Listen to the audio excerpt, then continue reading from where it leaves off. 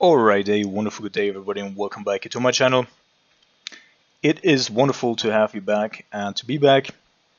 I, of course, as some of you already know, have not been inactive in the last couple of weeks, but on the contrary, I've actually worked on with a lot of other people that have actually put in more work than I did. But I did work on getting a community get together that is not restricted by WotC's current banned and restricted list. Therefore, we set up a community that starts off with pre-War of the Spark, modern. Thanks again to 3dois especially, who's created it, who is putting a lot of effort into it, as I said, with a bunch of people. And we're actually setting up a community council, so to speak, to get an independent body going for the banned and restricted announcements for the future as we add the other sets up to Ikoria. But we chose War of the Spark as the focal point to start the format because at that point it was still alright, although favor suited decks were pretty dominant. But from there on out, basically the shit show began, starting off with, of course, the Planeswalkers that many people have a problem with. I do not really have a problem with them, neither power-wise nor gameplay-wise. Of course, Fairy is a little bit annoying, but especially Narset I think is super fine, although many people don't like her. Doesn't even see a whole lot of modern play anymore. Also doesn't fit the restrictions of Lurrus, of course. But yeah, so, and today is kind of a community showdown. We're also setting up leagues for various formats. There is going to be X-Mage, Tapped, there's Moto, of course, and then there's also webcam streams with paper, Magic being included, and therefore whatever you know tickles your balls, whatever you like, you can do in there. I will also have dois post the Discord link below the video, so that I'm going to pin it then, so that everybody can just join the community, whoever wants to, either to participate verbally or through your written voice, or to just play a couple of games or play a league. And we're also going to have tournaments, maybe also with prizes. We are going to see. The community is already more than 500 people strong and is growing every day.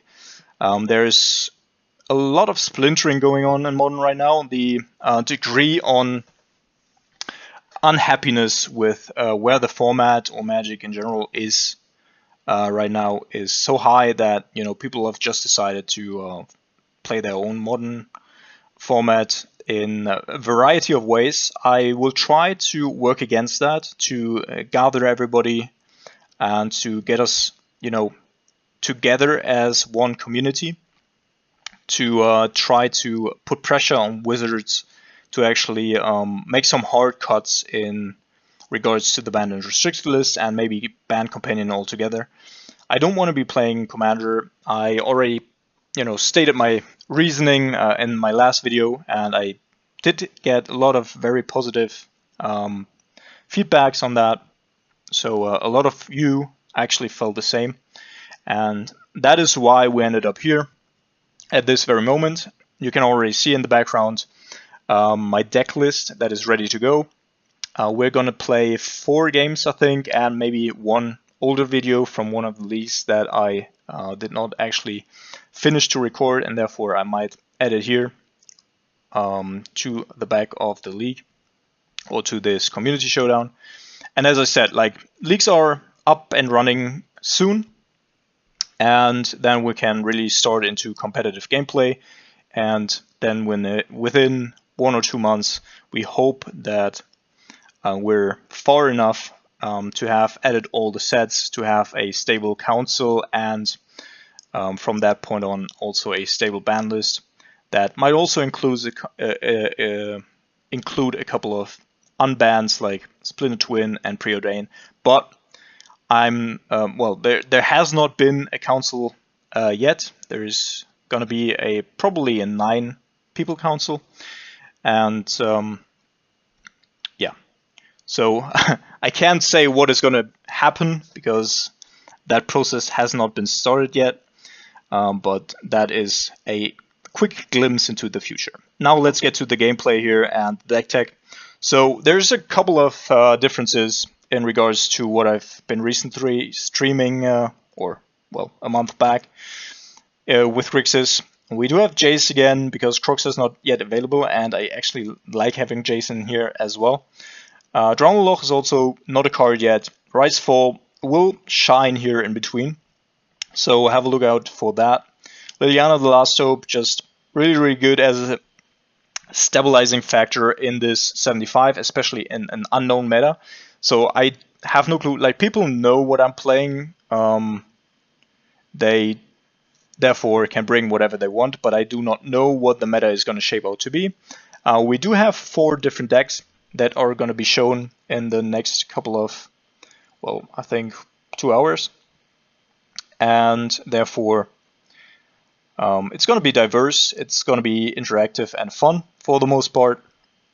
Serum Visions is in here as well again, because I actually really want to mitigate flooding.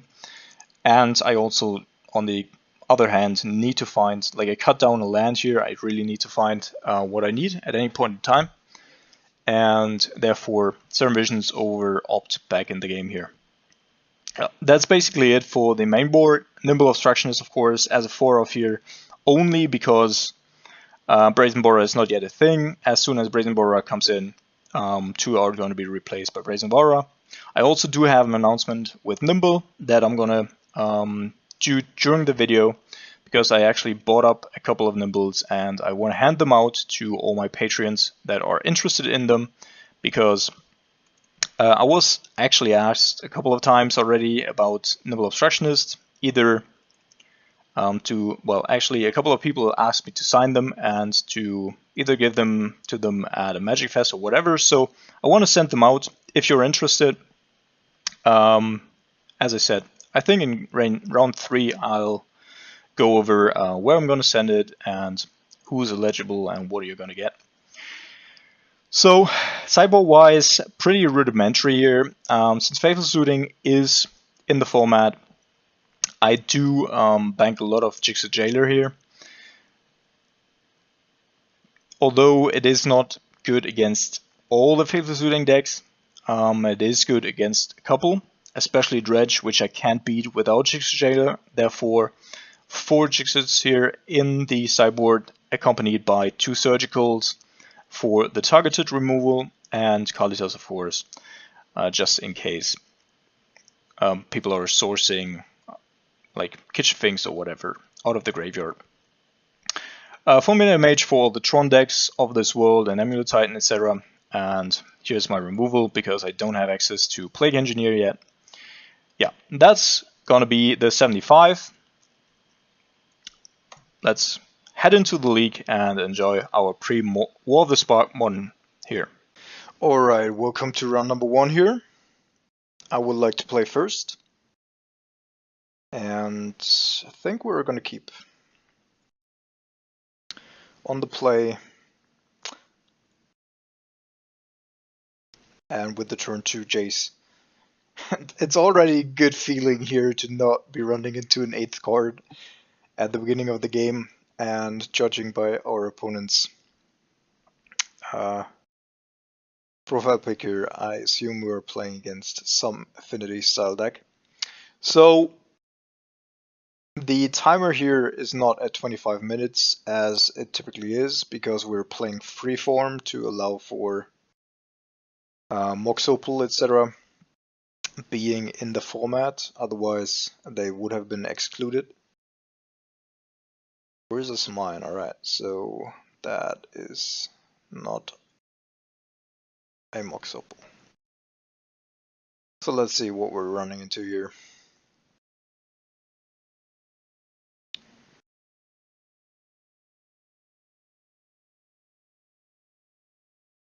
Could very much be that our opponent just goes with the turn 2 Sylvan Scrying, but without a map or a like cycle thing that creates or generates green, you won't be able to do a whole lot with it. Sideboard wise, we do have access to 3 fulminator mages and also access to 3 surgicals if I really wanted to. Well, never mind then.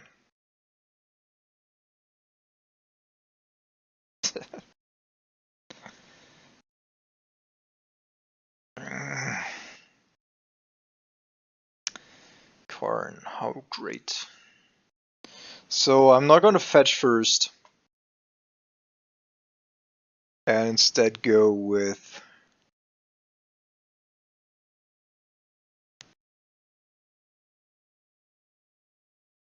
I think I actually want to discard the opt here. Then use the nimble on probably something like the Karn gets rid of, so that I can hopefully go, well, never mind.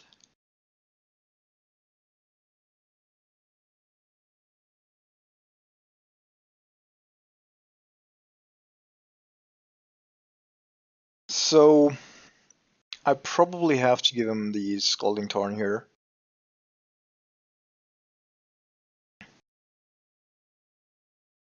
To go with the nimble.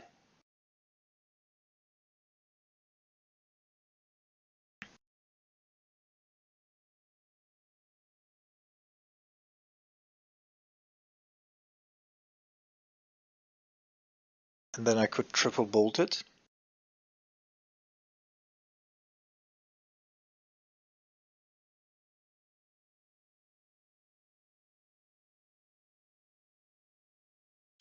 Or I just ignore the Karn and go for him instead.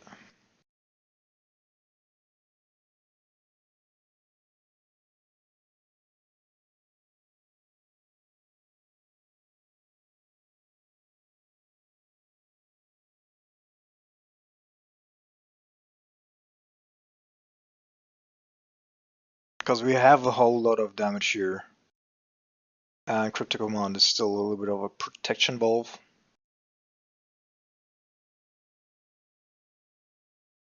And this is a mistake, I think. Casting before you're utilizing that Karn.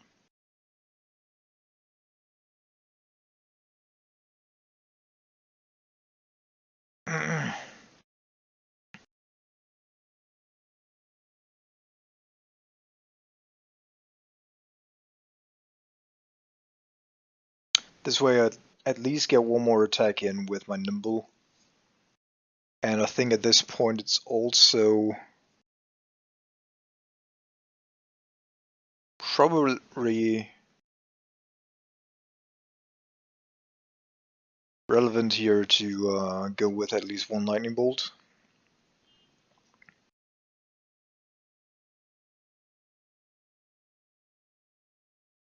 That is true. Mystic Sanctuary definitely is a severe hit.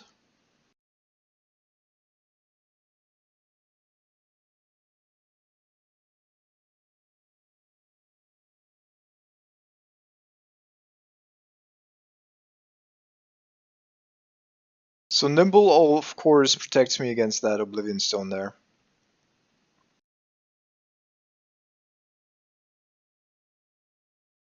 But depending on what he does, if he just ticks up, he's dead.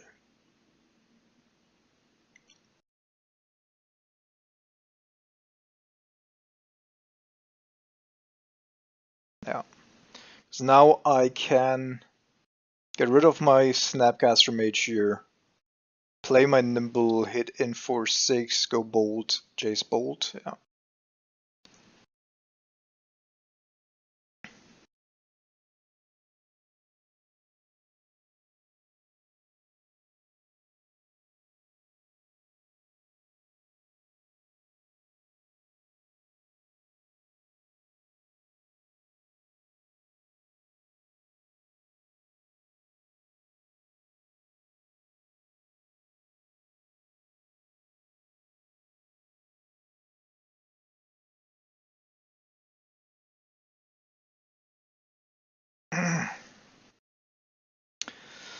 All right. So now this one comes in. Risefall actually being pretty good again without having to worry about running into a Bale of Summer. So now I got 4 2-min cards. Jace on the draw I don't want to have, and then there's the case for Terminate as well. Could of course also decide to not play Mana League, but I think I want to take a very hard defensive role here, and if he's bringing in Graveyard Hate, then my Logic Knots are severely worse. Therefore, I think this is a good setup. Surgical can not only take out a couple of his lands, but can also provide me with information about how I have to time my K commands, Fulminator Mages, etc. So even if we don't get to hit any lands or whatever, we do have a little bit of a benefit off of that free spell.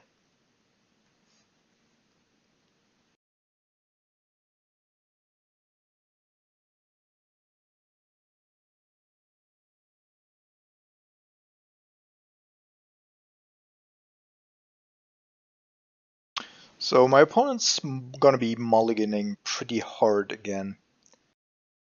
And I think I'm gonna keep, just due to the fact that I do have decent mana and I can get rid of like early Walking Ballistas, etc. And then I have 6 hits on turn 3 to either hit a Nimble or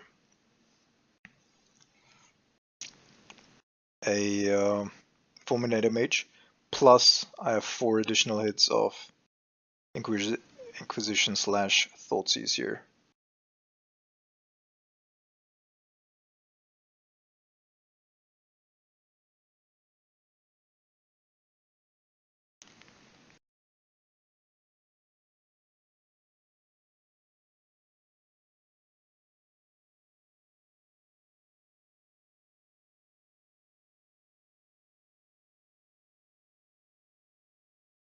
So let's hope that he does have a Sylvan Shrine there and can't curve out here again.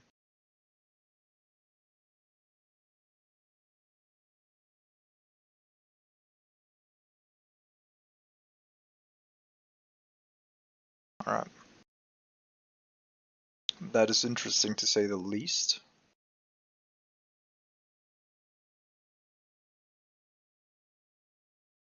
So what do I have to play around? Him... Oh. Yes. That is okay. Well, that's a little bit too much, but guess I'll take it.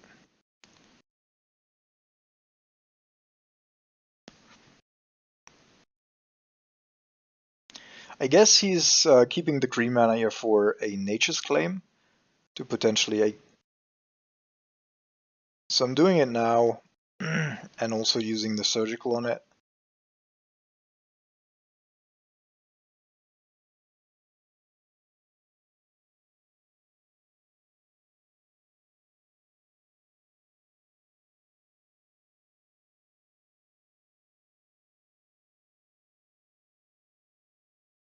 Yeah, Nature's Claim. And he maintained that for the situation that, because he couldn't play the Karn and he also wouldn't have been able to play the Wormcoil Engine in that turn, and therefore I do understand to keep the Nature's Claim just in case I'm coming up with a... haven't played Magic in so long, don't even know my cards anymore. Like the 2-mana artifact that stops this Tron stuff.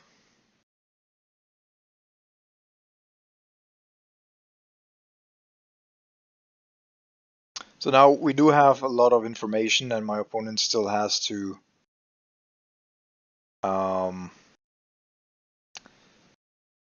be doing some work to get up to at least 6 mana to cast a Wormcoil Engine. And here I'm a little bit surprised that my opponent doesn't go with the Sylvan Scrying there. I do not see an apparent reason. And I think I'm gonna let this resolve. Because the best thing he can do is finding lands. And while he's doing that, I want to get some pressure going. And then potentially protect it with my cryptic commands. So 7 scrying this time around. So I could go bolt, snap, bolt. And hit him for 8 basically. But I think that's also an option that I do have later on as well. Therefore, snap, opt, oops. And that's actually a reasonable card as well. Both to get back my Snapcaster and the Fulminator Mage. So, shock here, crash in with a snap.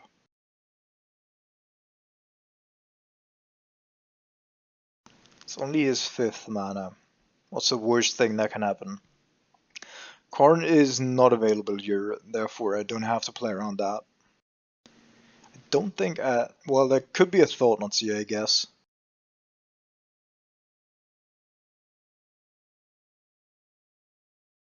I love this card, man. I just love it.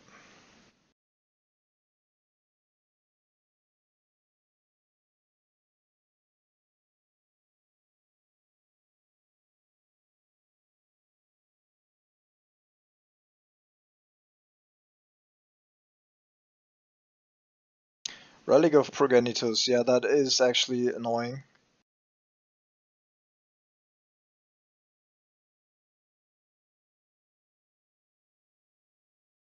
Because that does stop many of my shenanigans here.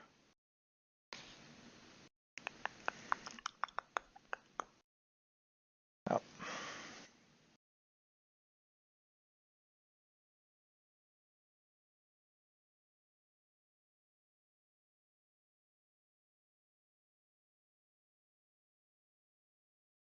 So still do have the Creeping Torpid as a backup as well. But I would like to find a Nimble Obstructionist to stop the relic there from getting popped.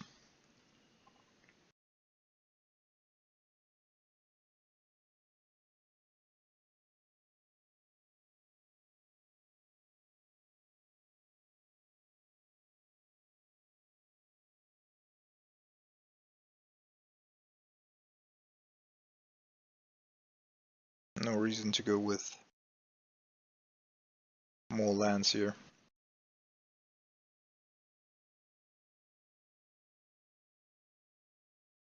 Alright, that's actually an interesting play here by my opponent. I think it's not worth yet to go with a relic, to go with a surgical, because there were no really good targets there. So now one more land and I can keep up my cryptic while also going with the Torpid. He's down to 16, which is a virtual 10, and I do have 5 damage on the battlefield, therefore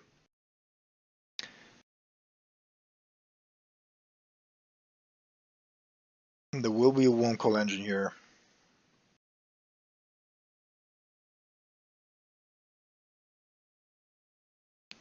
And I do think that I'm going to pick up my snap.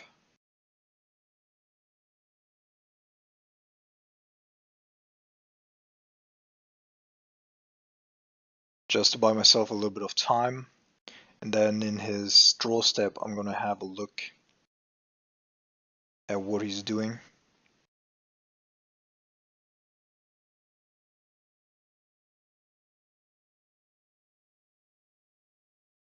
Therefore, I'm not going to go with the Fulminator Mage here just yet. Draw step. Can I stop a Walking Ballista?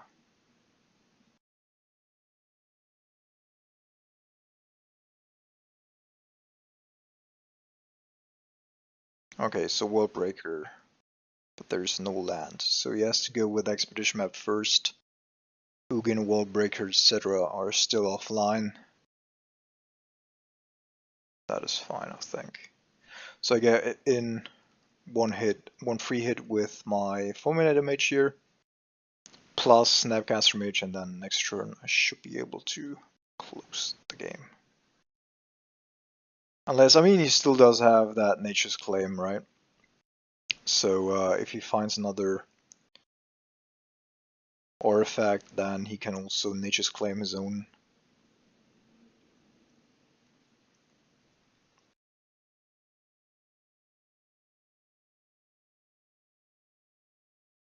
Permanent.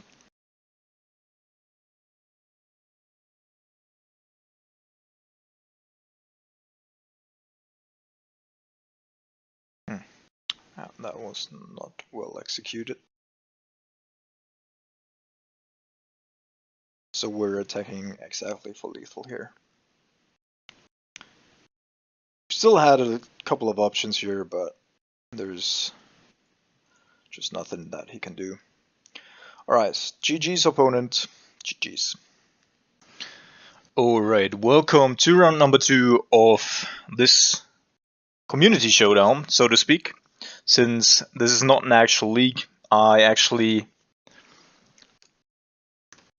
adjusted the deck a little bit in between rounds here. Just a quick look. So before I played actually Mana League, Surgical Main, and 23 lands, I wanted to go down 22 lands here. Now I'm playing 4 Nimbles, which is quite a bit, and as soon as Throne of Eldraine drops, 2 of them will be replaced by Brazen Borrow, but for the time being it's 4 Nimbles, 4 Kolaghan's Commands, and 2 Liliana Last Hope here. We can probably... I mean, if we're playing against an aggressive deck, we do have removal, we do have discard. Yeah, let's try to keep this. We're on the draw. Therefore, and we basically only have 2 more lands that don't grant blue. Alright, cool. Let's just... I am recording, okay. So yeah, as I said, like I'm not... I haven't been...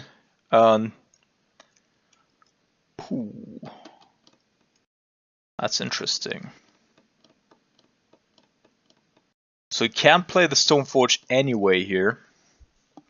And I should be able to get in a really nice Rise-Fall. But probably still have to go with the Stoneforge here. What do I want to say? So yeah, Stoneforge Mystic is of course already unbanned here. But...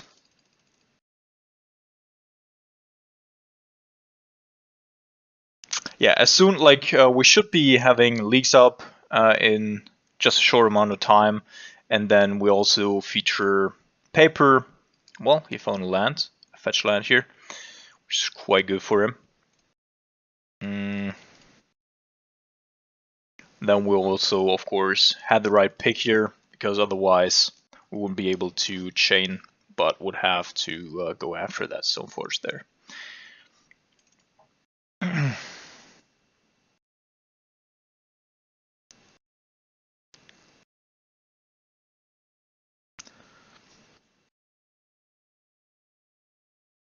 So yeah, whoever is interested in playing currently pre-war of the Spark Modern, but shortly also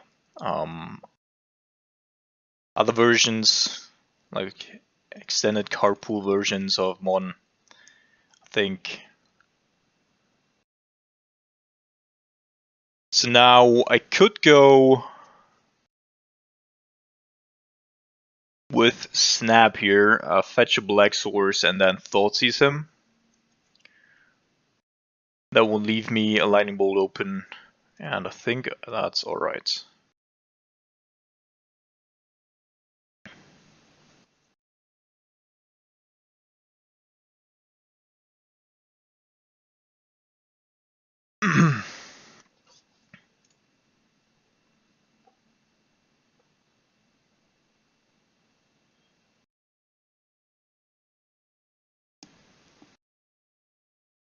I'll also, before I play the mountain, I'll try to find another blue source with the Jace.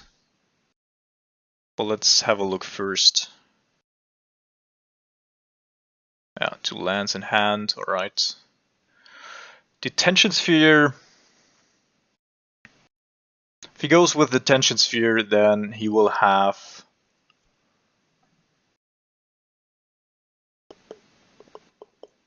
No, I think it's easier for me to just get rid of Sword of Feast and Famine at some point. Alright. Jace is gonna go. Mountain go. Also, I do want to force him, like if he's drawing a Path to Exile, I do want to force him to play the Path to Exile on my Jace, so that I do get ahead on mana here a little bit. Now he's deliberating if he wants to be playing that Sword of Feast and Famine, and I think this is the right decision here to not go with the sword. And yeah, as I said, like there's no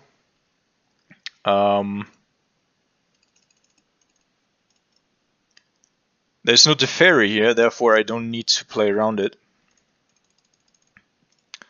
which is kind of cool.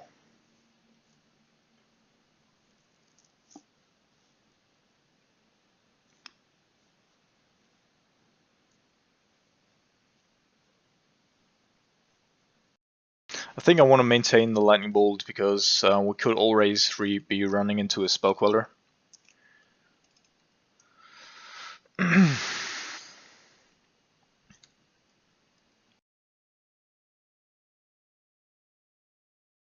And if I want to increase the pressure here, I can still go with Snap, Opt.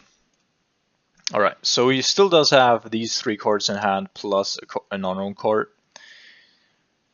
I think if I went here with a Snapcaster Opt, he would Cryptic bounce my Jace, and that would, to a certain degree, complicate my next turn. I think I can put that on top, and then if I draw another land with Jace, I can just tackle it away.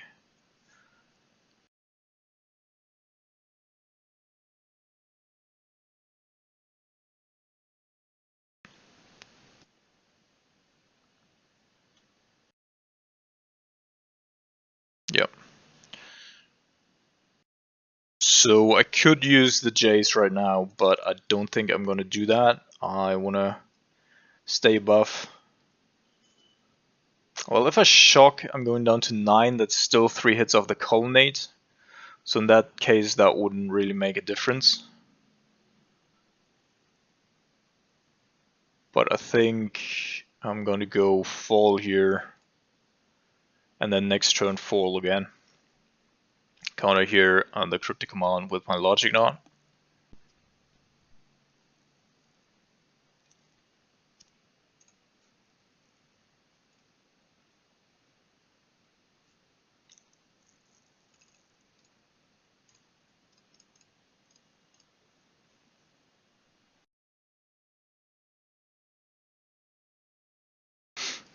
Also, Force of Negation not a thing here, although he wouldn't be able to play it anyway.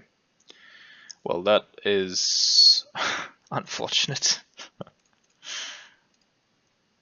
Just hit a Field of Ruin and Flooded Strand there. So that means he doesn't have anything in hand that is actually castable outside of Sword of Feast and Famine there.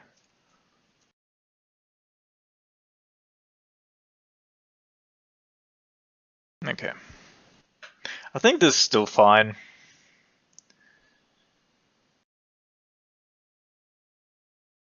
I'm not entirely sure if he's protecting something here or not.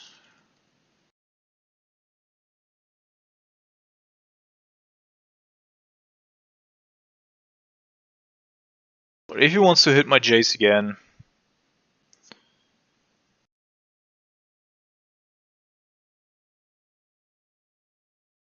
we're drawing a little bit too many lands here.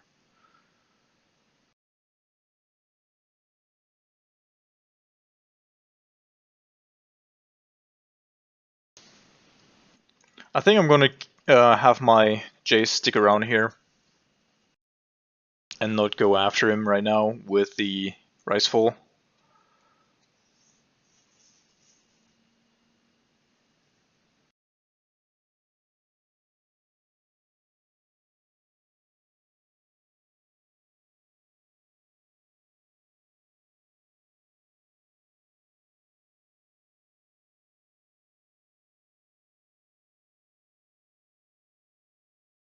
I could fetch for a second black source, but Liliana Last Hope is the only card in my deck that requires a second black.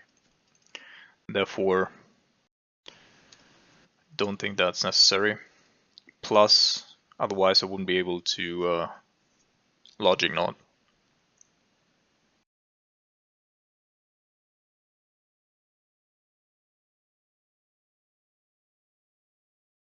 So Glacial Fortress means that outside of this sort of feast and famine, there's still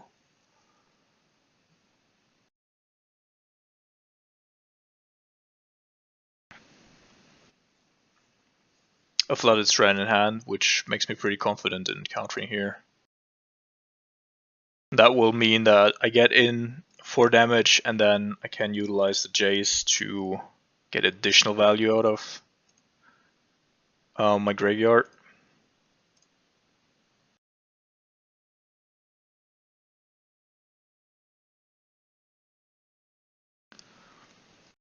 Oh, Nimble is actually pretty nice here.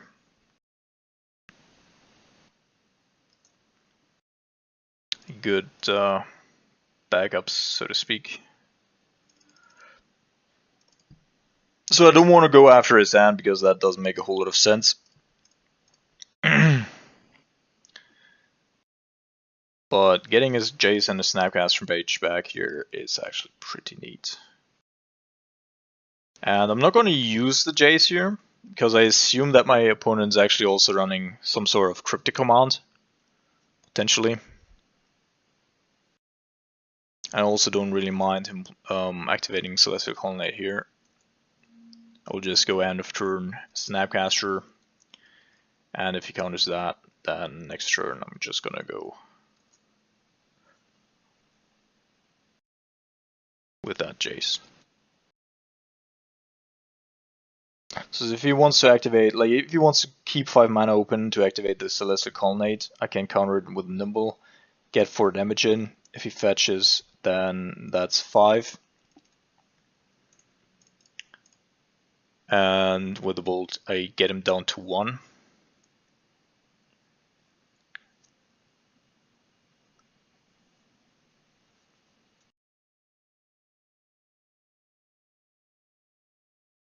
Alright, that's lethal.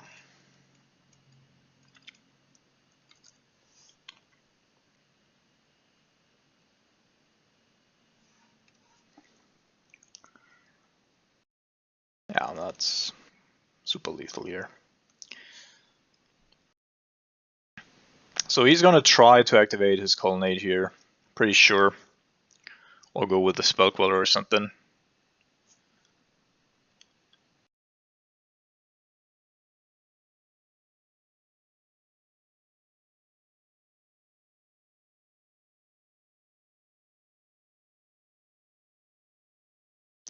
Alright, so 1 Snapcaster Mage isn't the problem, because that still does get him down to 6, and he doesn't have a Path to Exile in his library.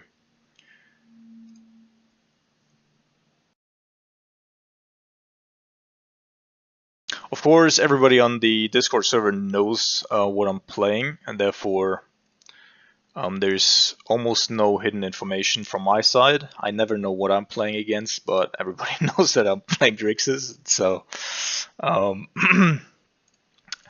there's a little bit of information asymmetry here going on, but that's still fun.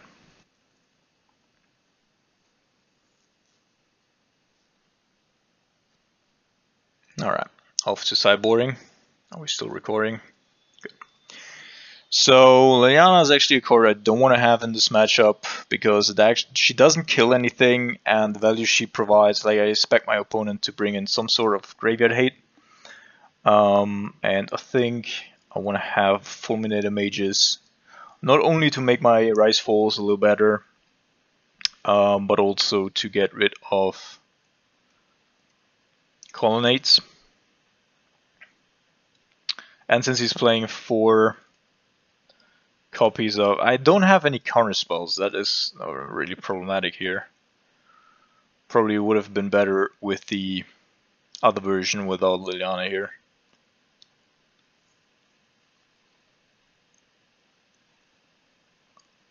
And I could of course go with Fatal Push over Terminate, and I think I'm going to do that here. The only fear that I have, we haven't seen a Spell Queller yet, but he could definitely be playing Spell Queller or Vendilion Click, some sort of that. And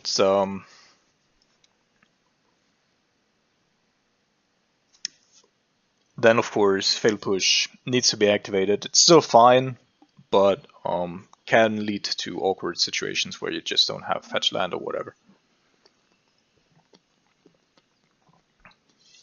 Jace helps a little bit with that, of course, because flipping Jace always activates Revolt, or triggers Revolt.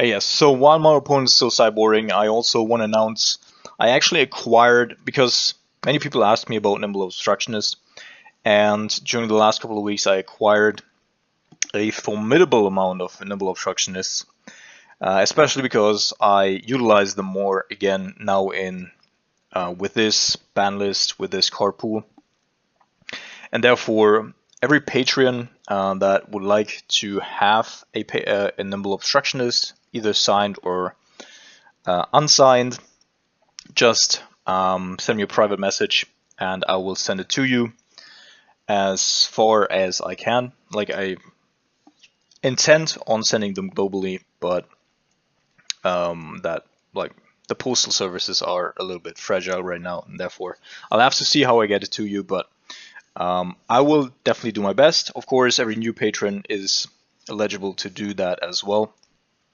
and a tier 3 patron will get a foil copy if he wants to. So I'm going to keep, I do have a little bit of discard disruption here in the early turns, which I always like. Now, I'm going to start off with a watery grave here instead of the swamp to enable my logic knot on turn 2. That would be a play that I would definitely do if my opponent was gonna play Teferi. But this way it's still alright.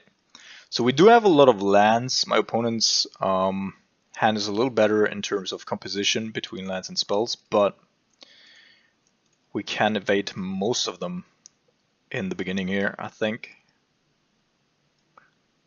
So,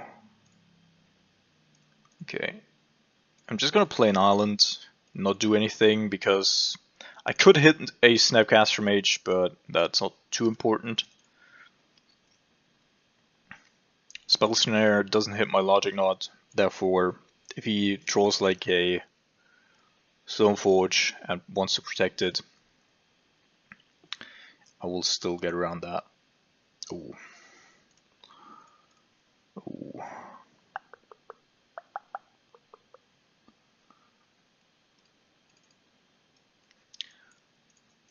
Yeah, Nimble will have me keep open 3 mana here.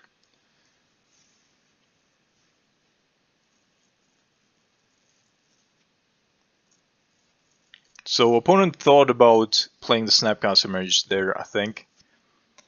And if not the Snap, then potentially a Spell Queller.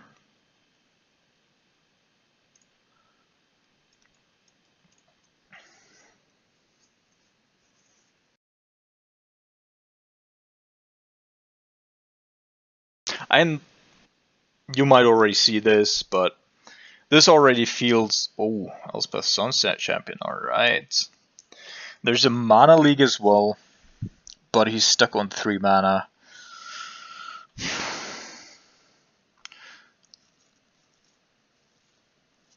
So Elspeth isn't going to be a big issue for the foreseeable future, and I do have 2 counter spells in hand, and he won't be able to protect it. Therefore, I think I'm just going to go after the Snapcaster Mage here.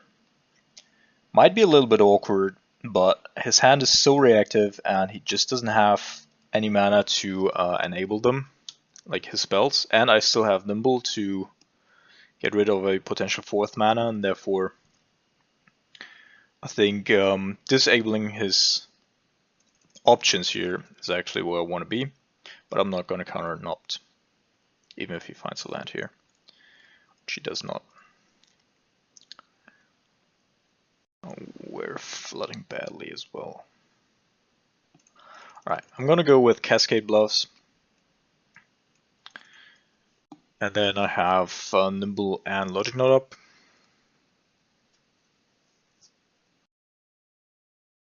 Alright, so one more card, non-land card basically off the top here for our opponent means that he will be discarding, and that means that we're just getting free value.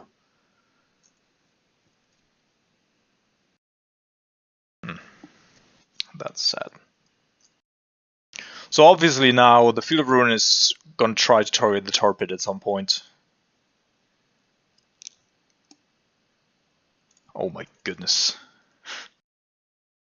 Yeah, so we're playing 22 lands, right? Let's see. Shouldn't be drawing too many lands anymore. He's thinking about it. He's going to be punished.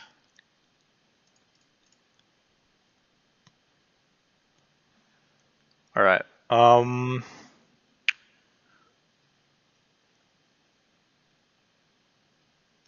going to go with the Stevens here tapped. That will, of course,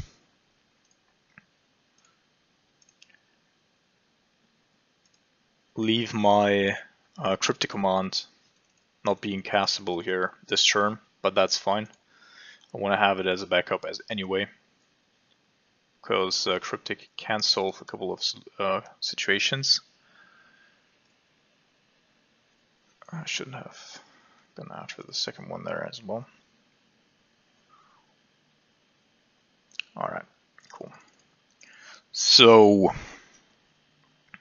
Jace will also grant me the ability to loot away at least one of these fetch lands that I have too many of. And I don't think I want to play anymore, right? I got 7 mana, I need 8. Okay.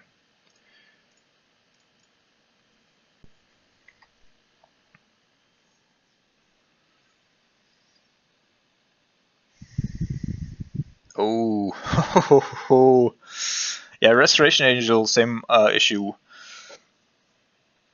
as with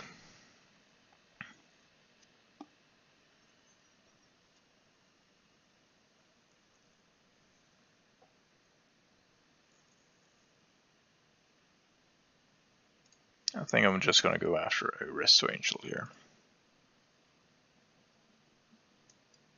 So I could try to force through my Jace, but he does have Spell Snare and Path. And therefore, I think that is just not something that I want to do here. We do have enough lands. If possible, I do want to protect him.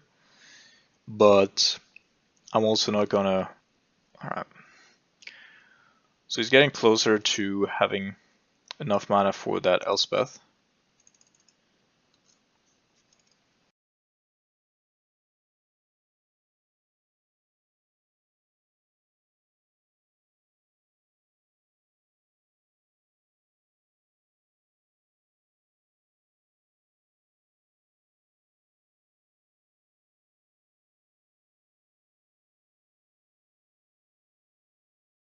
I actually wanted to make another change here, but I'll do that later then. So this might be the Resto Angel in preparation of a potential Elspeth. And therefore, I'm going to counter here because that is a decent target for my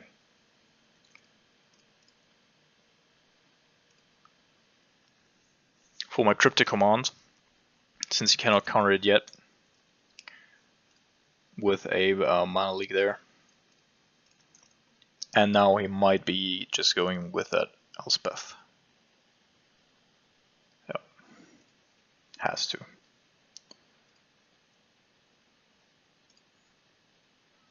Alright.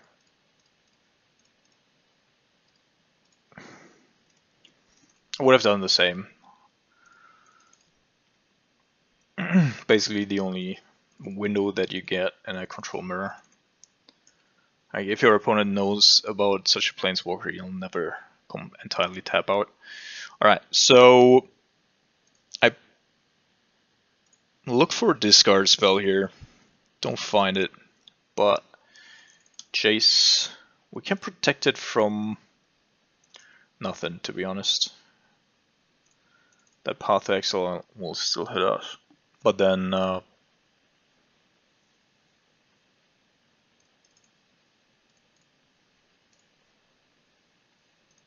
we're gonna have enough mana in play to have both Cryptics active as well.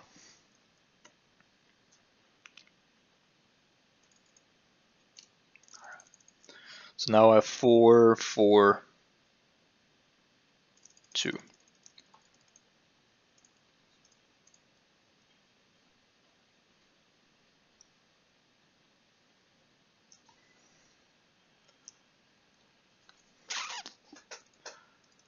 I should be attacking at some point.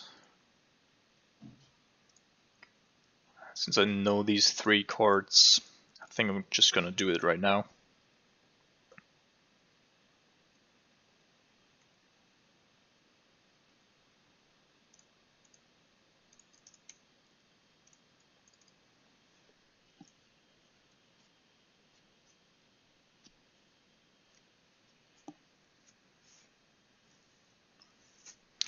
Another Resto Angel, that is annoying. But that also tells me what else.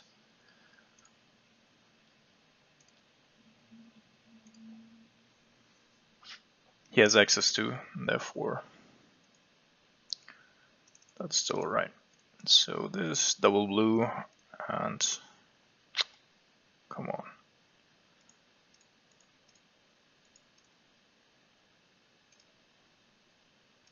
Just give me double blue here. Thank you.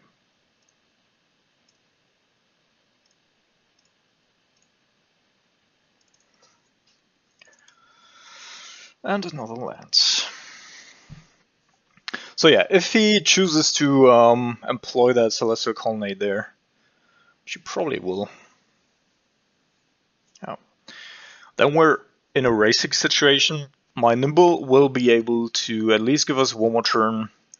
Cryptic Command probably as well.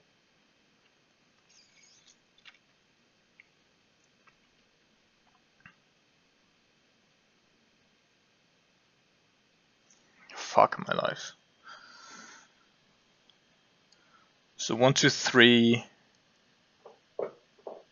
6, 7, 3. Okay.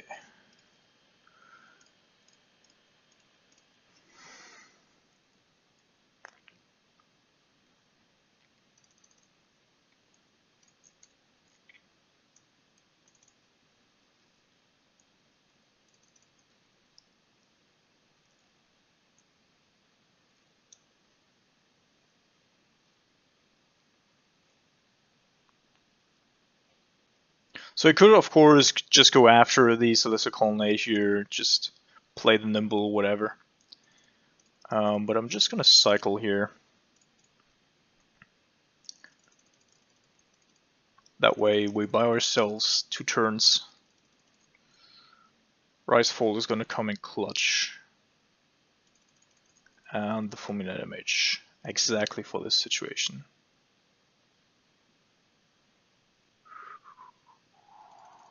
So I could actually... There's no Snapcaster. to be found yet. Therefore,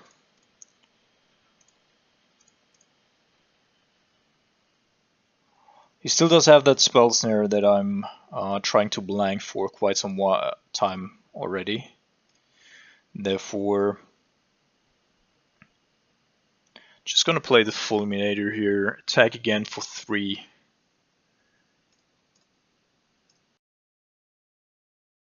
Keep my Cryptic up.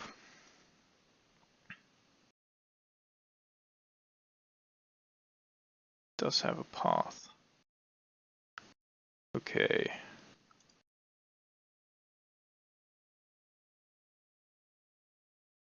I think I need to protect this here.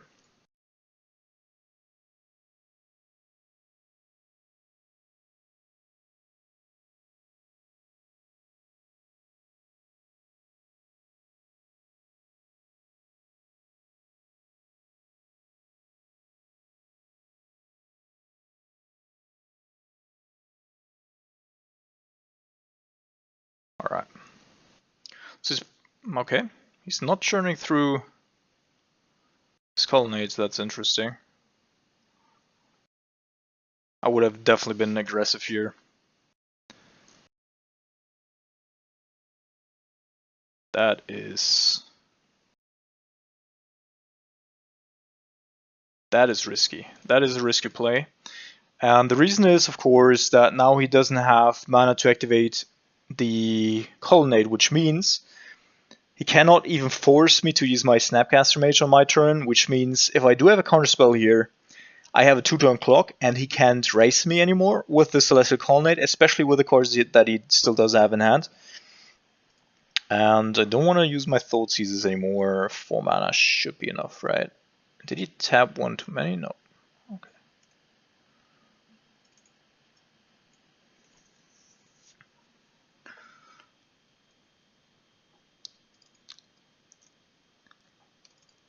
Alright. So now we're coming in for 5, and I'm also going to have a look if I can actually find another Lightning Bolt.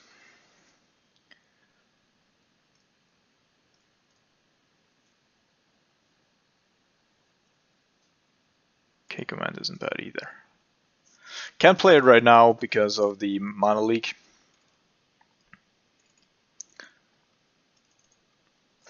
But there's hardly anything that I'm really scared of here.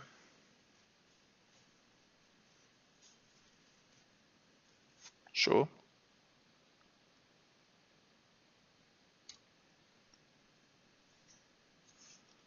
Guy is certainly a good sideboard card against us in general.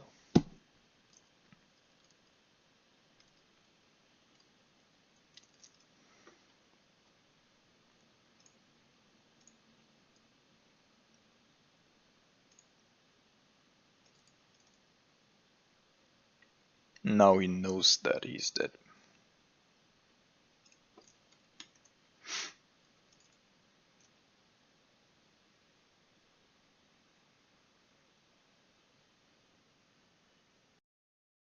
Alright, that was a pretty fun matchup. So, despite playing against a control deck here, I was pretty happy with my main board. And in regards to the sideboard, Fulminator Mages were clutch anyway. So let's see, I don't think, yeah, I'm still gonna make some changes here, because I want to have Serum Vision. Alright, welcome to another round in this community showdown, playing against 3 Duichi. Well, got a little bit of an awkward hand. I do want to keep it because any land will turn on our Liliana. And yeah, I'm gonna keep it.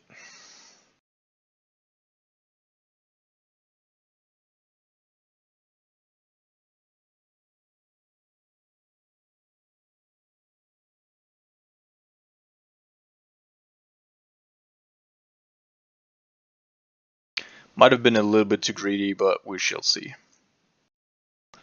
Interesting. Alright, any land. Knight, Knight Court, and no lands either. Alright, let's see. I mean, Liliana at least is really good in the matchup, but it all depends on whether or not we get her out on turn 3, and whether or not our opponent does find his third land.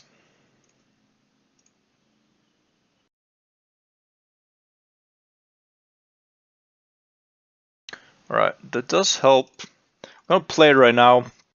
Could play the Snapcaster Mage to just get in a little couple of points of damage, but it's probably more useful to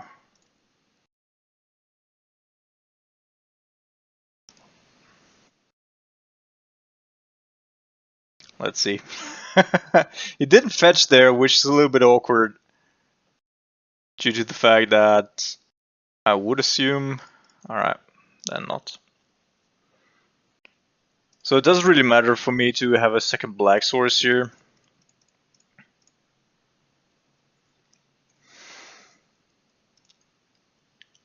Should have probably just been proactive there and played that knight, although I do understand that you don't want to run to a bolt or whatever. But this way is also fine for me because now, and this is why Liliana is really nice in this. Now I need a second red source, of course, because this one is going to be black. This is why Liliana is really nice in Grixis, because it just makes the bolt, better.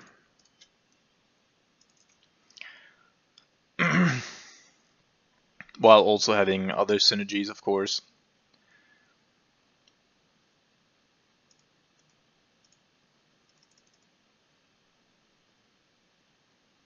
And sorry for opening the other screen there in between. Just want to make sure that I also do think I want to have both here. Just need to protect Liliana anyway for a bit. And of course I'm going to kill the Noble Hierarch here, because for the most part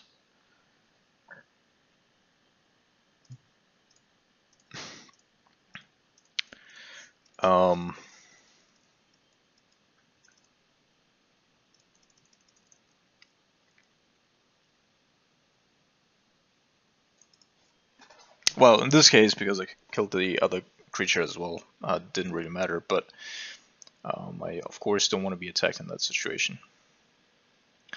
So we already have a bolt on top, which is fine. So I'm just gonna kill that thing because it's too important overall. And I think I'm also gonna get rid of the torpid on top. I just wanna win with it, this Liliana now.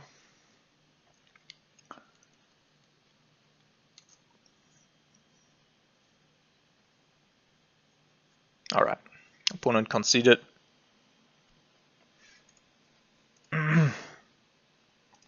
So these games can get quite grindy. I want to have this, I want to have fail push, I don't need to play around Veil of Summer, which is always nice. Nimble Obstructionist isn't super great. I definitely want to cut a little bit here. He's going to play around them anyway, now that he's been caught there a couple of times.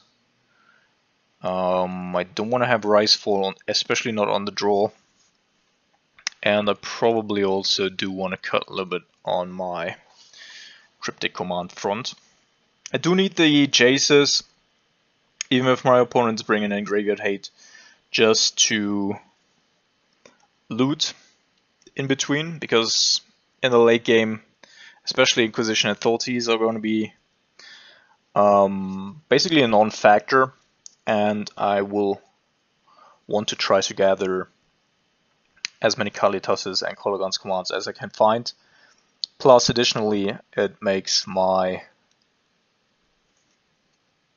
Grimnava Mancer better. Alright, hand's fine. A little slow without any removal, but I think we can work our way up here. Alright, so I'm going to start off with a watery grave here, just in case I can find like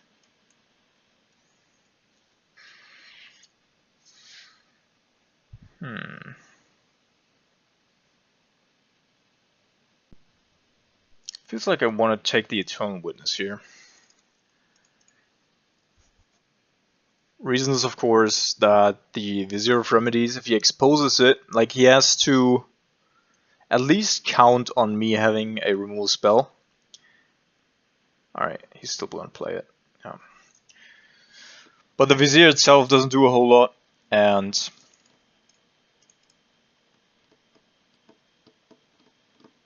alright, cool. Do want to have both.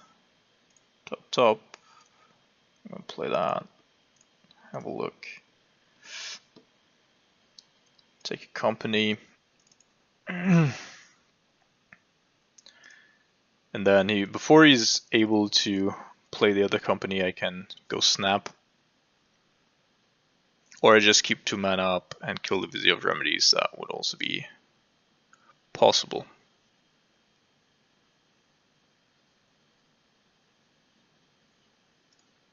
Let's see. In general, I would like to have the land that's on top.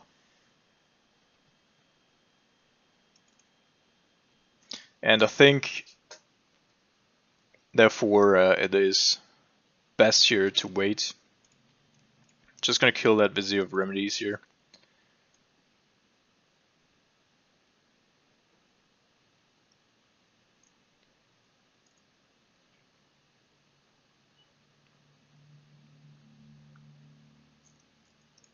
Alright, yeah, that's what I hoped would be happening here. So this way I'm not forced to actually go with a fetch here. I can counter the other collected company and then have all my mana open. Or if he just decides to not do anything, then that's fine with me as well. Alright, so he's played all the cards, all the land cards that we knew about.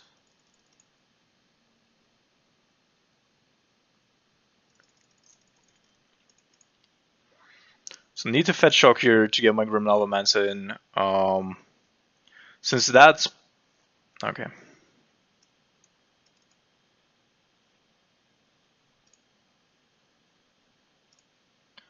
I think this is gonna pressure him enough in order to be forced to play the company here. Run to a logic knot, and then he has to somehow build it up enough next turn with more than 1 or 2 toughness creatures.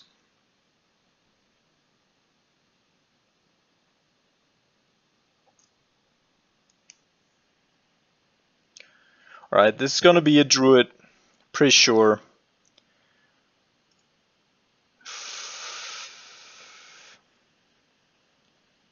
I can't kill it, well I can actually kill it if I want to with a snap, but I probably need that. Like let's say I'm gonna go logic knot here, yeah I'm gonna logic knot here, and then next turn Lavamancer plus Snapcaster is 2 removal spells, so that if he taps out now in his turn to go with the collected company,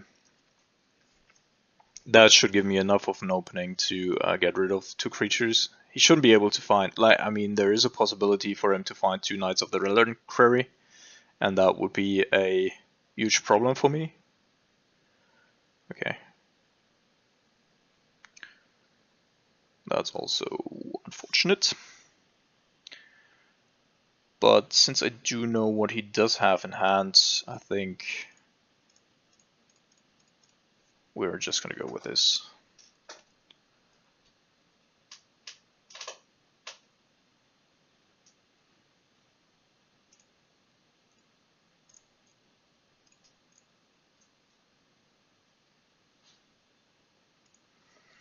Corsair into Knight of the Reliquary. So I do want to see first what he's gonna draw afterwards before I kill the Corsair. Fuck. Tech Edge is actually a huge problem here. Yeah, I need to go after the Courser right now, because otherwise it's gonna take me off of full mana, which is a huge issue. And of course the additional card. So he's gonna play the Knight now. I think the best option for me is to bounce it and hope that I draw another land to then get rid of it. Perfect. So the tech edge can only target non-basics. If he's gonna go with the steam vents here, then he's gonna take me off of red. Therefore, I need to go and fetch a steam vents again. Return and draw a card. Alright. So now we know that he's drawing a tech edge, which is basically a blank. And I also didn't give him any good target here, therefore he might just keep it. Yeah. And that will enable me to have or go with shenanigans with that Cologons command, which is pretty good for us. Because if I get my Grim Lavamancer back online,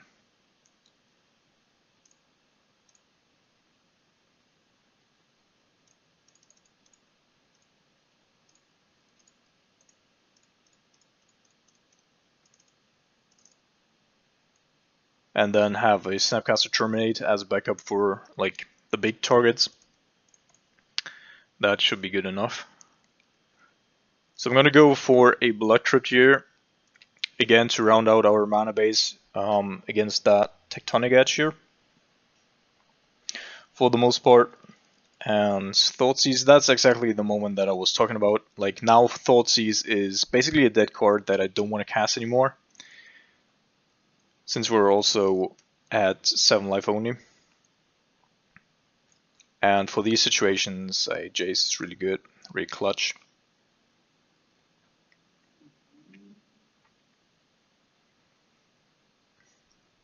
So if necessary, I also do have a Logic Knot if there's like some end of the battlefield effect that I need to prevent, like an Eternal Witness or whatever.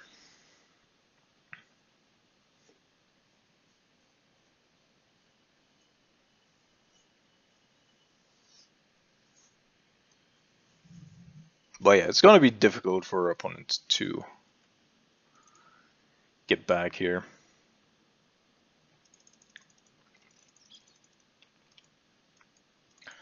So I suspect that there's actually a card in his hand that is not an instant speed card that I could grab with a Thoughtseize here. But if I'm wrong, then I'm just down to 5, and that could break the game in his favor. Alright, I'm gonna try it.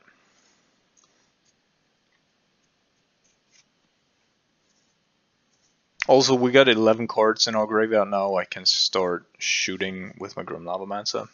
Yeah, that's something that I feared was gonna happen. Alright,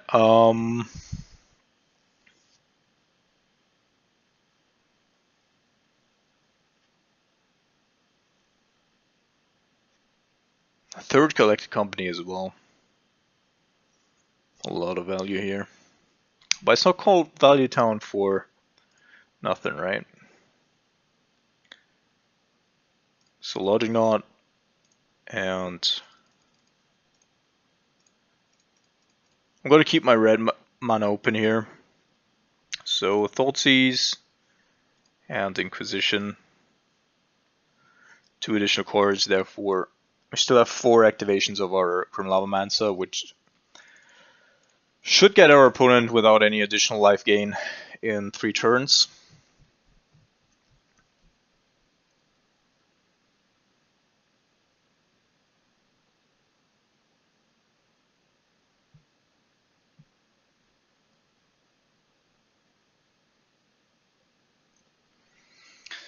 And don't tell me you got another one. Now this time it's probably just a 2 toughness creature. Definitely getting rid of that Thoughtseize. So we're attacking in for 4, putting him down to 9, which is 6 with a lightning bolt, and next turn with this Grim Lava Mance I can actually kill him.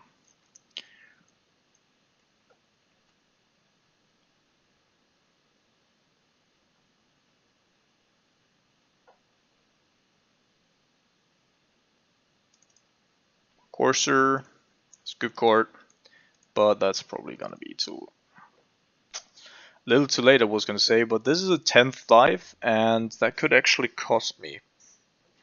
So my 2 Grim Lava Mances can still kill the Courser. And since the Birds of Paradise is the next card,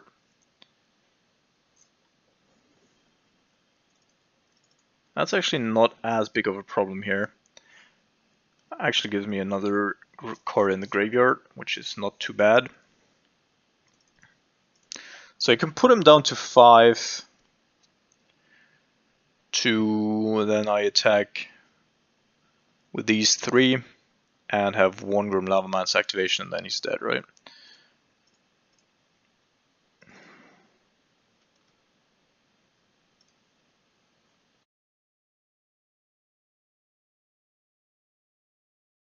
Alright. GG's. And off to the next round. I actually don't know if my opponent for the next round is ready already, because I confused him a little bit. I told him that I was going to play at CET and not CAST, which is actually my time zone. Therefore, I guess he's still waiting for us to play a little later. But anyhow, so a couple of things here that I want to mention already. So aside from the fact that the community is already pretty strong with more than 500 people and still growing every day, and a couple of well-known entities are already joining or have already joined. So for everybody who's interested in playing with us at any given point in time, just join us, join the server, join the Discord, play with me, either in a league that are going to be set up or a tournament. As I said, the Discord community supports various platforms, including webcam, paper. So there should be something for every modern player there. And although we are starting out with a pre-War of the Spark modern community, in the coming, I guess, 1 or 2 months, the other sets are going to be added, and there is going to be a council, as I actually suggested in one of my last videos.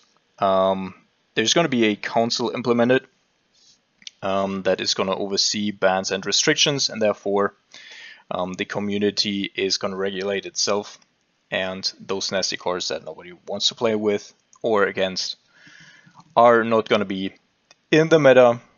But no worries, we're still trying to keep pet cards in the game, and of course are also not gonna just ban every card that people don't like.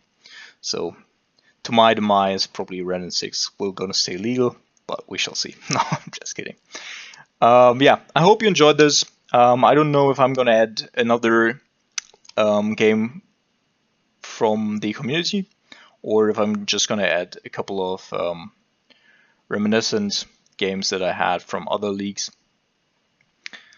from before. So I hope you enjoyed it until here, and see you guys soon. Alright, welcome to round number 4 of this community showdown today. We are now facing Hydra Brews, and for a change we're actually on the play, and I think on the play I'm going to keep this. Also would have kept it on the draw, but it's actually a little better on the play. Not only because Thoughtseize is a little better, but also because I can get to Colodan's command earlier, just in case we need to have removal. Just making sure that everything is working out fine, as it seems to be. Again, since I haven't recorded anything in a couple of weeks, just making sure that there are no hiccups here. Our opponent's on a mulligan, to 5, which already implies Tron to me, but I hope that's not the case. So I wouldn't want to play against Tron, but we shall see. Start with a swamp and have a look. Oh.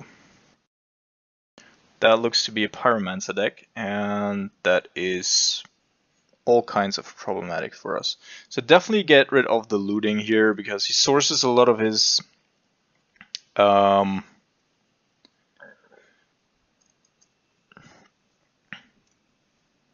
out of the graveyard, and to recast it, he still has to.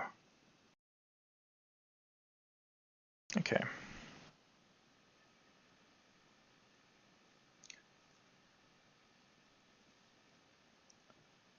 I do have double black, I don't really need double red, therefore I can fetch this for 1.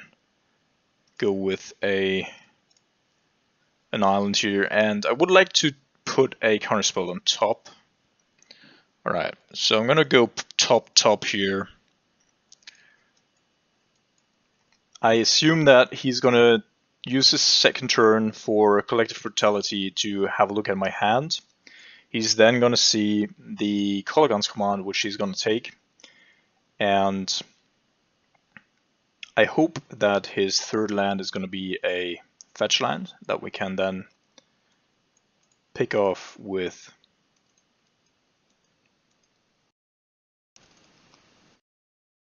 Nimble.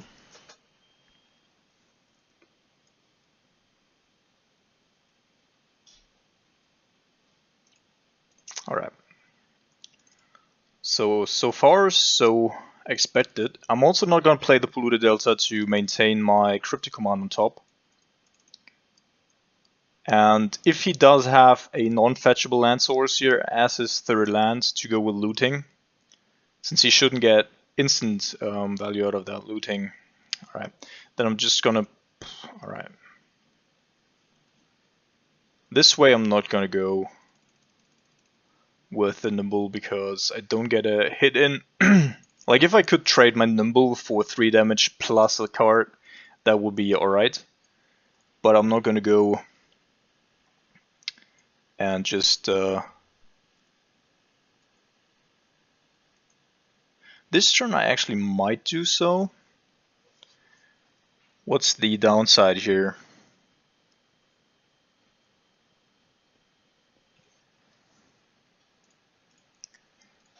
Alright, let me fetch for a Steamens. If he has a Color Guns command, alright, doesn't seem like it, then I'm just going to be cautious. I also want to keep my life total up a bit.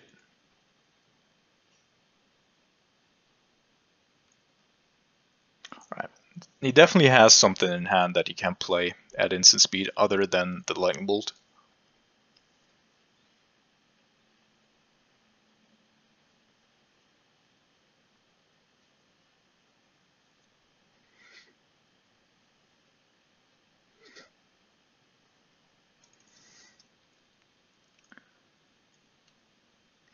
So I'm going to play 1 Snapcaster here.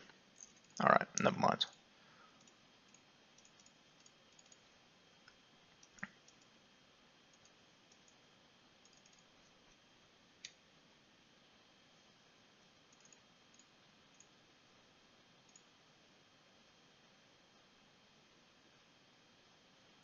Bull K command. Alright, so did have the K command that I was talking about. I think that I'm actually going to take a...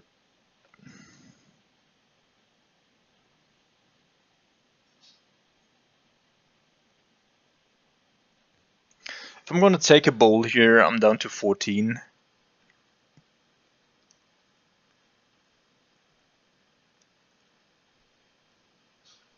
I'm going to go with the K commands and then just play a Snapcaster. He can utilize his Faithless Looting if he wants to. He was waiting on the opportunity for quite a bit. I hope that I can draw out a bold on my Snapcaster Mage here, which would make sense. I'm going to bottom both of those. I do have enough lands for the time being. I do need action. Yeah, he's gonna bolt my snap. Alright. That's a fine trade. And then he's gonna go looting. Probably hit some lingering souls or whatever. Definitely improving his hand.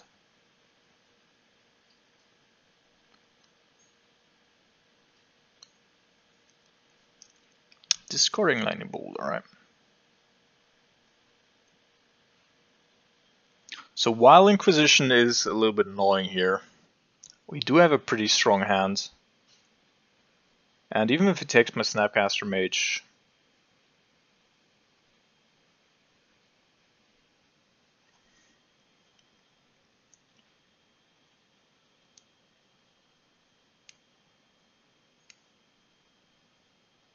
yeah. Return and discard. Did I click the right card? Yeah. So if he had a card that he didn't want to discard, then he would have kept the lightning bolt. Therefore, I assume that the card in hand is pretty good. Oh, not the lightning bolt. Alright, so that is 3 lightning bolts out of 4. That at least gives me a little bit of breathing room. And also now my nimble obstructions is protected for the time being. Ooh, do I care about this? I actually do not.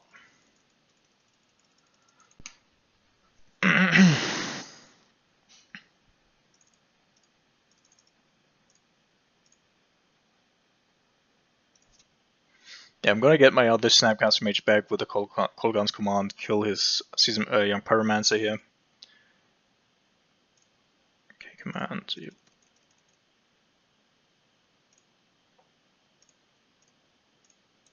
Have a threat on the battlefield. Fetch 4 a little bit. So I assume my opponent is actually playing Blood Moon, therefore I might just keep the Polluted Delta up here until I know. Alright, just land, and from here on out I should be able to get it home. Do have a lot of resources. I'm just going to fetch for a basic here. And I also do have the ability to, with the Icefall, even if my Snapcaster Mage dies, we can return Snapcaster Mages, etc. to our hands to generate additional resources, which, yep, is good.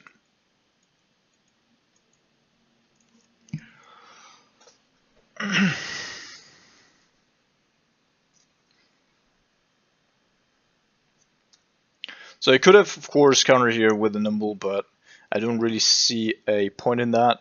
The only card that requires 5 mana in his deck is a Lingering Souls. And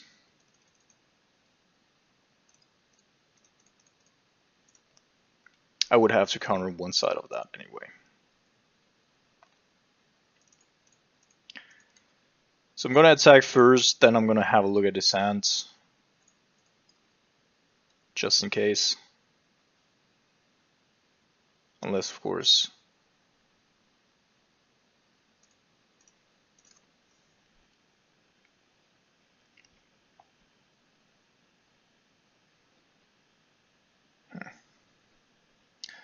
Alright, this is actually the situation I was talking about.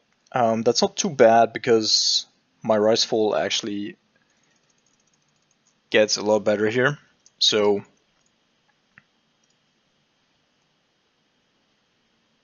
1, 2, 3, 1, 2, alright. So don't really need this, right? Yeah. So I'm going to get my Snapcaster Mage here on the battlefield in preparation of next turn's Icefall, utilizing Serum Visions to get a little bit of extra card and info on what we're going to draw. Both cards are perfect, plus Jace is also not bad, and even a Lingering Souls will not get him out of this one.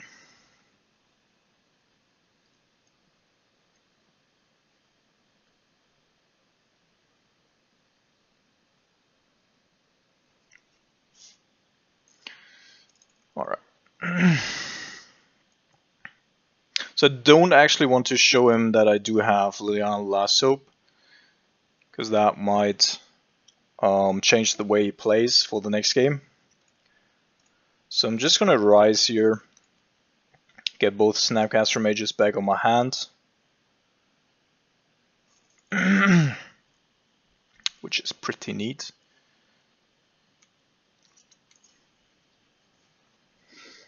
Now I can go end of turn either Kolaghan's Command, dealing additional damage there, or I can counter and then play the other Snapcaster again, killing him next turn with K command.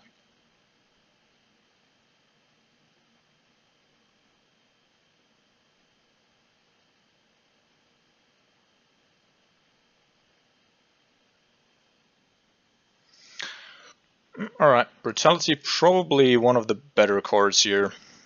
It doesn't help, really, because we have a counterspell, but certainly otherwise, pretty good card.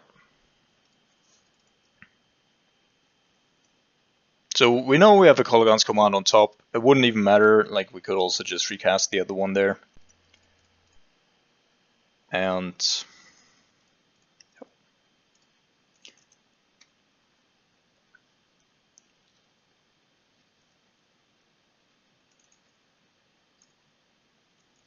alright, so game 1 is ours, and typically game 1 is already really tough against a Pyromancer deck, especially if it still does have access to Faithless Looting. So Kroxa is not yet in the card pool, therefore that is not something that I need to take care of. Liliana pretty good. As I said, we have to really be careful with Blood Moons. This is coming in. I need to get rid of the Pyromancers when they come down. This is also coming in.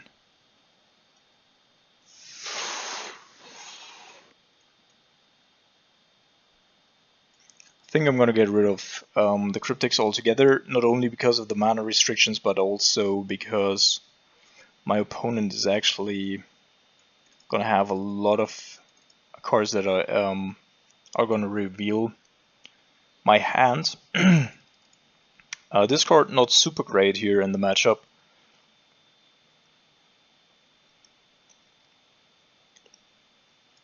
I think I'm going to go with Jigsaw Jailer and try to blank his removal, because he does have a lot of threats. Like his threat density is very high, and Jigsaw Jailer also gives me a lot of targets here for the K commands. Doesn't prevent anything that I want to be doing, and therefore, yeah. So I could go with Surgical here as well. Maybe that's better than the Inquisition. But it's also possible that I'm just overboarding here with these two Surgicals, and that I should be going with Inquisition. But Surgical, also good because, as I said, my opponent's playing like 6 to 8 discard spells. With Collective Brutality, it's even more.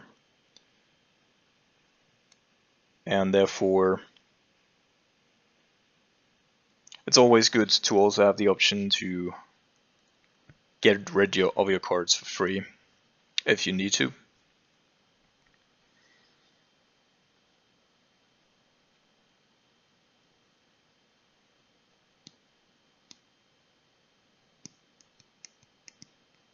Oh man, I love Rise and Fall as a card. Just love it. Alright, hand's awkward. We do not have red swords. If my opponent is going to go with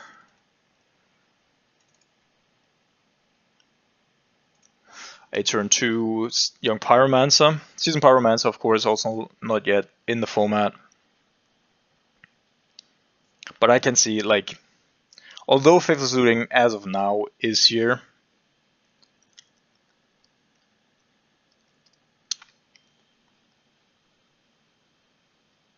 it is still going to be like, we shall see, but it's going to be a data-driven decision.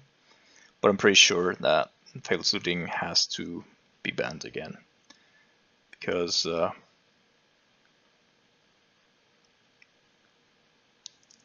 Alright, fail push is not the worst, especially if I can like surgical a young pyromancer, because then his threats shrink down to maybe 1 or 2 planeswalkers and lingering souls.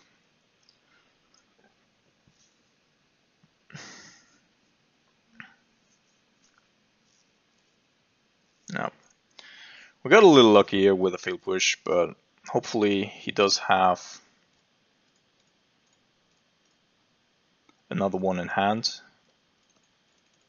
There's definitely something going on here. He's just fetching for basics.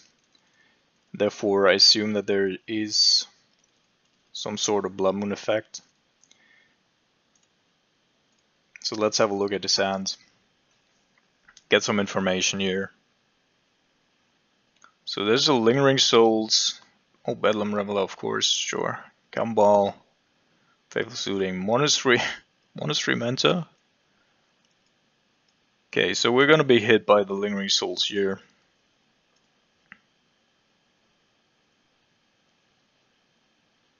And Collective Brutality and Lightning Bolt are, of course, a means to... Yeah, this is actually gonna be difficult. Beating the Lingering Souls from our current position here is really hard. I haven't seen any Blood Moons though.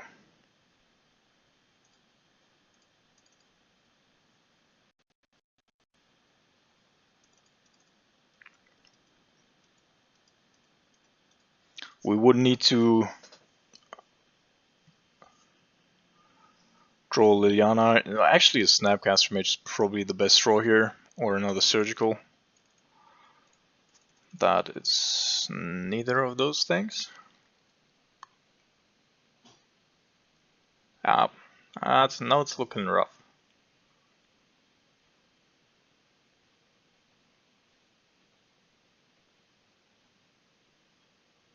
Maybe I should have kept the Surgical in hand, but I didn't want to open myself up to a K command in response. Therefore, I still think it's the right move, but in retrospect, of course, yeah, retrospect is really bad.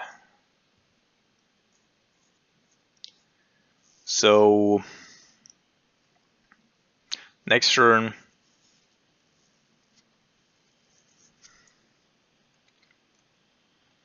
let's see what he's fetching for here. He needs to fetch for basic planes, which I don't think he has access to.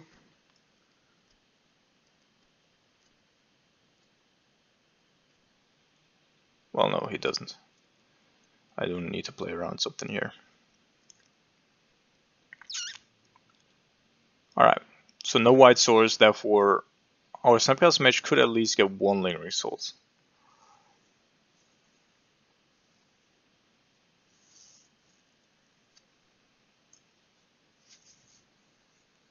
Let's see if he's gonna play into it, because if he isn't, he knows about my Kolaghan's command though.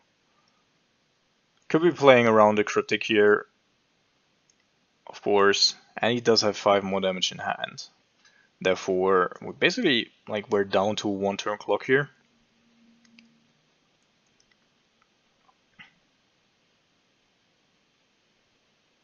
Alright. Oh yeah, sure. Flashback doesn't actually include white, and therefore we concede.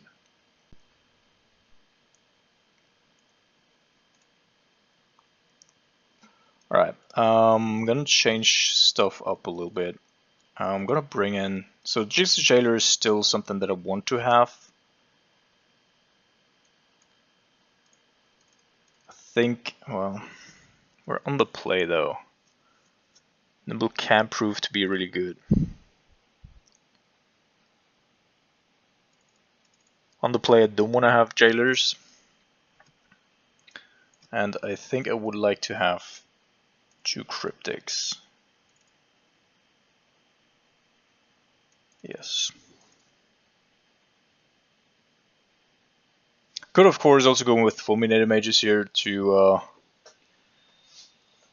just have basically an evasive threat that still generates some value. Oh my goodness. Alright, hand's pretty decent. Definitely gonna keep that. Opponent keeps 7, so though. Yeah, I'm gonna ditch the nimble here. Because if I have the ability to go with a Liliana, I'm definitely gonna do that.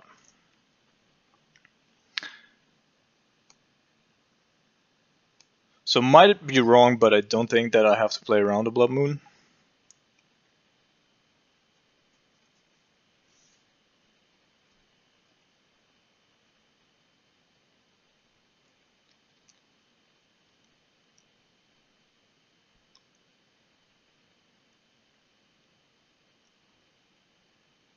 Alright.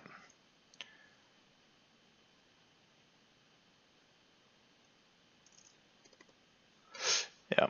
So this hopefully gives me the opportunity to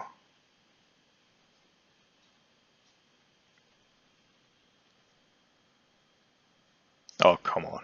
Oh my goodness. Oh my fucking god. Alright, that's wrecking me. That is definitely wrecking me here.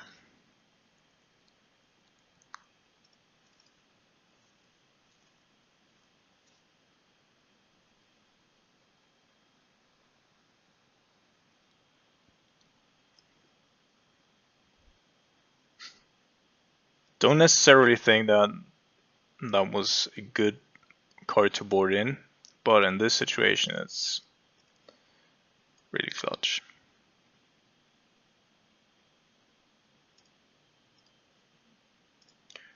Alright, so I don't want to reveal that I drew a land here. Sadly, we also did have the ability there to go turn 3 Liliana.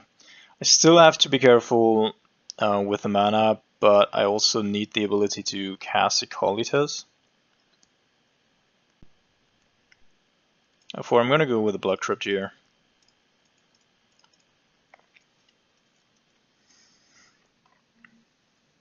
So if we're running into Collective Brutality now, like, and he's going to ditch like Lingering Souls or something like that, then it's GG's. And there's nothing that we can do.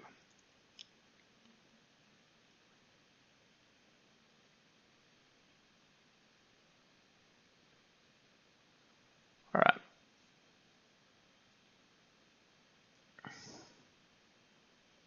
So you must have changed quite a bit between games 2 and 3.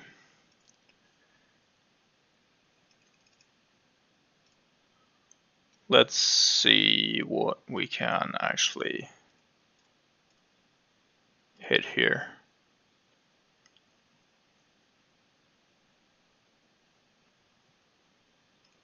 Alright, so Lingering Souls obviously isn't the best card to hit here, especially if it doesn't have another land, but it's still better than nothing, and Bellum Reveler is actually a pretty clutch card to hit.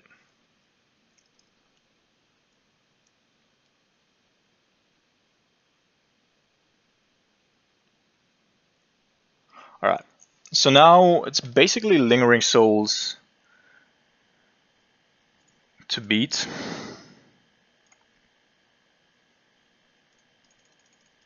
Sadly, one turn too late. But at least we can prevent anything that it wants to do from here on out.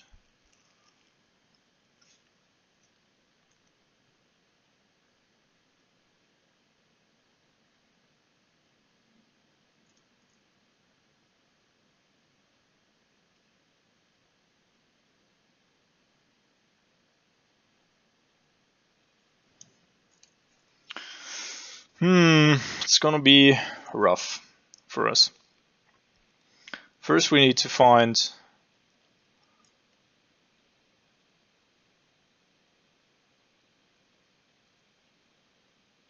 so this is double rough because I can't actually use my logic knot now for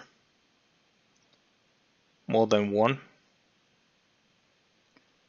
And we need to find another land, and then from there also need to find another Kalitas.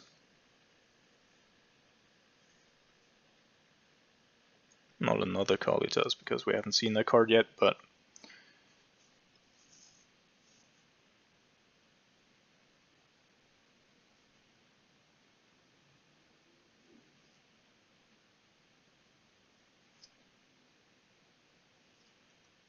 yeah, gonna let that resolve, otherwise I'm losing quite a bit here. Alright, so our opponent's out of stuff to do. Kalitas is actually really good. Like, if we can protect it for the time being. It would need another Thoughtseize.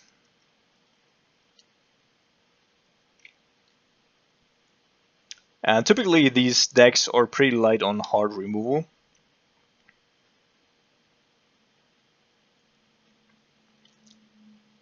Therefore,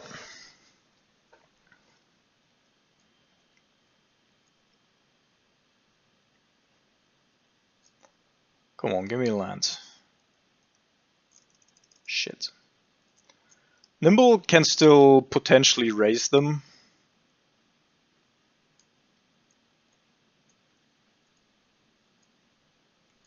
We're going down to 6, we're putting him down to 9. Afterwards down to 4, even if he has his lightning bolt. Still not yet gonna be dead. Alright, I'm gonna let that resolve. Also, I wouldn't have the ability to counter it, but... And that's the real strength here, right? He's discarding 2 lands. With these 2 lands, we probably are back in the game here and can do it.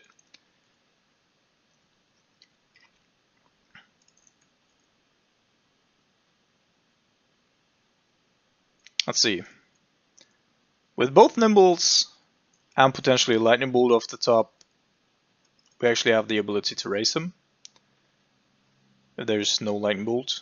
He also has to have gotten rid of some cards at least.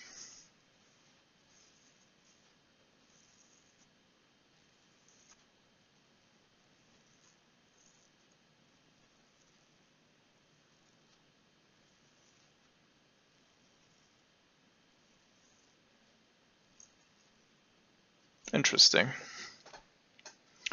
So that reveals at least a little bit of information. Also, he's down to 7 now, which means he cannot really attack with the spirits anymore.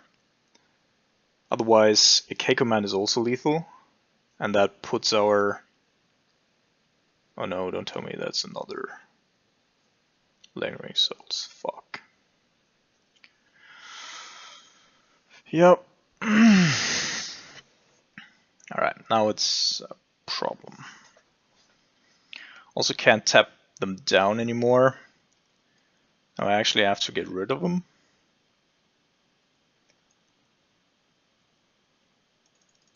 So let's see.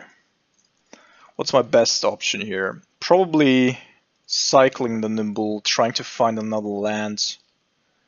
Keeping this Nimble. Shit. Yeah, no, it's GG. So I can attack, kill the other one.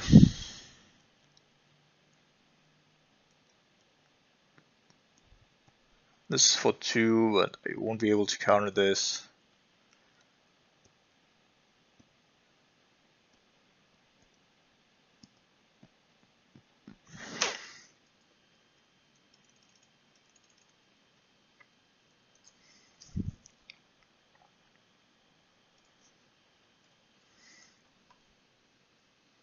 Let's see if he blocks.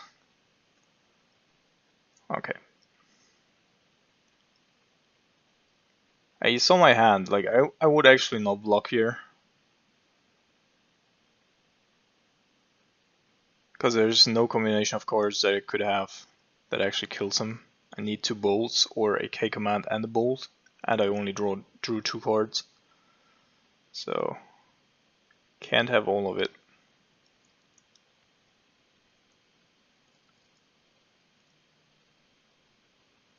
But now I can actually counter the Lingering Souls, should that come up.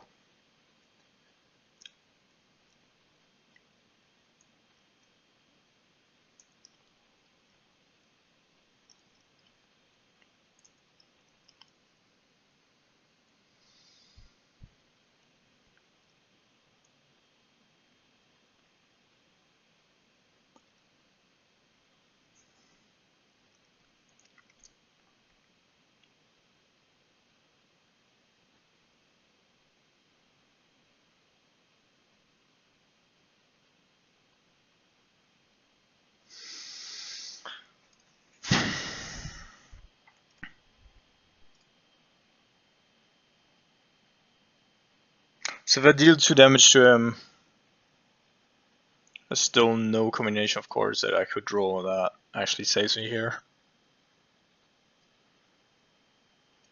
I really fucked up that we didn't draw a 4th land, otherwise the Kalitas would have probably shut the door closed here pretty quickly. There's the bold as well. Alright, GG's. Alright guys, this is it for today. Ended up 3-1. I think overall it was a pretty fun community showdown here, and I hope we'll see more of it. Not in terms of community showdown, because the next video I'm gonna upload is gonna be a league again, but as I said, a community league as soon as that's being set up, and then hopefully also soon we will get a couple of good cards back from the newer sets without having to deal with the bad ones. So I hope you enjoyed the community showdown. I hope that you also, or I brought the pre-War of the Spark format a little bit closer to you personally. And have a great week, guys. I'll be putting out content regularly from now on again.